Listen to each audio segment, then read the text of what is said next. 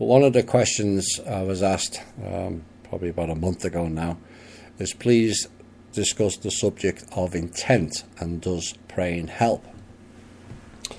Well, intent is a funny word, as we know little about implied intent, similar to implied consent also. When we are consenting either through word magic, ignorance, or just plain stupidity by not thinking things through enough.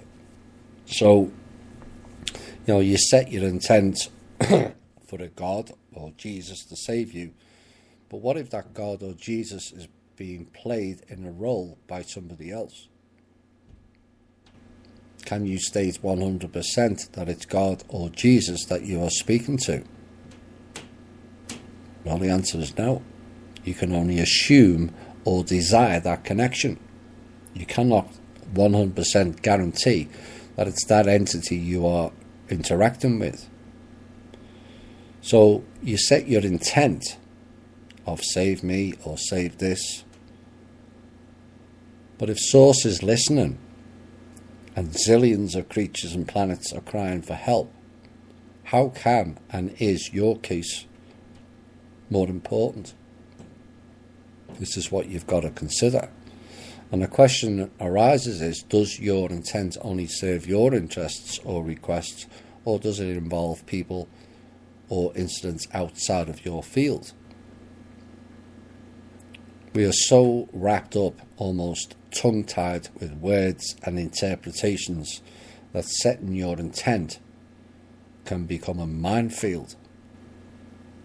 Like last week, it was suggested that the foundation would not include Christians, and I answered that question based on how that narrative was delivered.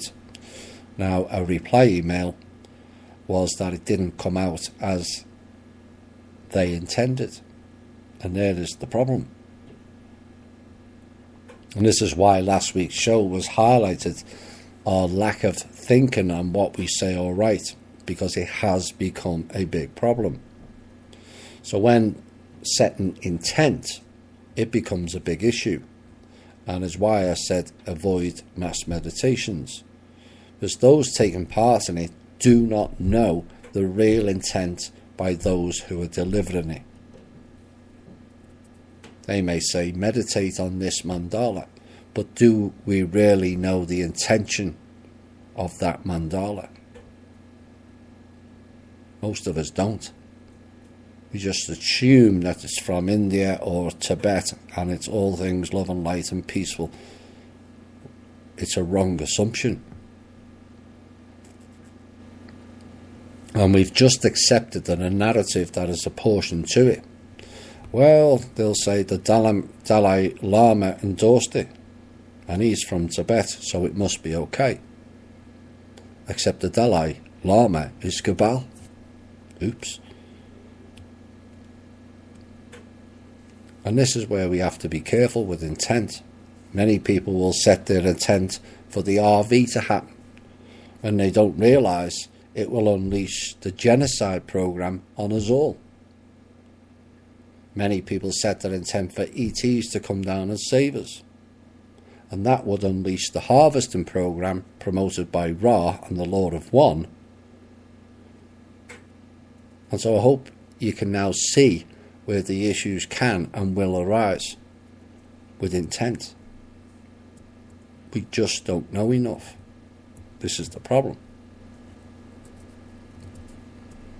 As for praying, as it's done currently, it's throwing out your life force energy to an external vault, just waiting to collect your energy. It's called Lushing. Why not pray internally? Pray to yourself to heal injuries or remove disease in your own vessel, or drive you to deal with your shadow and inner work. Pray for yourself to be a better person than you are currently. Surely that's a better use of your life force energy than sending it to some unproven being that sits on a cloud. that appears to predict cataclysms and yet does nothing to prevent them. That's your life force energy. So praying is inward, not external. That's Lucian. Again, we're naive on our life force energy. We're naive on our souls or our spirit, where it goes, what it does. These are things that have to be taught. And I'm hoping in the future we have extra shows planned with Randy Morgans and Alan from OYM, where we will be discussing several topics, teaching being probably the main one. And one of the proposals that was put forward is, should we consider a mystery school? Well, I think that will be important going forward. We need to find out more of who and what we really are. Then the subject of intent and praying will really come into focus of how naive we have really been.